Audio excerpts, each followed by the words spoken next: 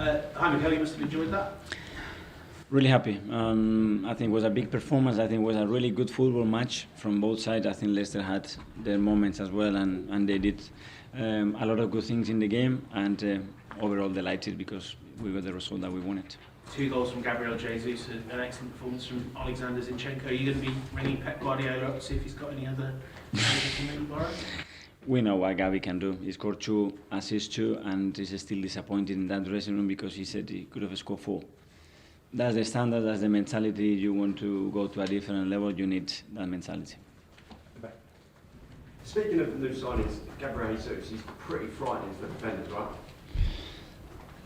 I wouldn't like to play against him. I've never been a defender, but I can imagine that they don't enjoy it. He's so mobile, so intuitive, and he's always sharp and proactive to play in any moment and any phase of the game, and he's a real threat.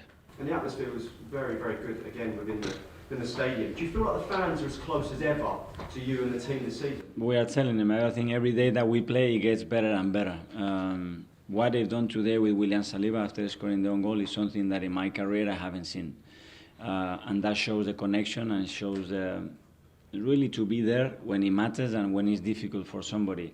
And we should be really proud to play in front of them because that was special. I think that lifted the confidence of Willie and how he played the last minutes after that, and to the team as well. What were your thoughts on the own goal? Do you think we spoke yesterday about paying the bill for mistakes? Does that count as a mistake? The good thing is you pay the bill, but you don't really pay because you win the football match. So it's much easier to learn when that happened. But I'm happier today than I was against Crystal Palace with him because the way he played after that, I think it was incredible. Yesterday we spoke about execution of decision making, and I think in the final third, I don't think the decision making's been that quick, say last season. Do you think, I guess, how big a difference can that make when you have players who are making those decisions that quick? You can see the interaction and the speed of execution. It's a different level now. The rotation can be the same, but the way they can execute it at that speed and being that precise is completely different, and then it's much more difficult to defend. I know you have like the general structure you want them to play in, but how important is it them playing off instinct as well?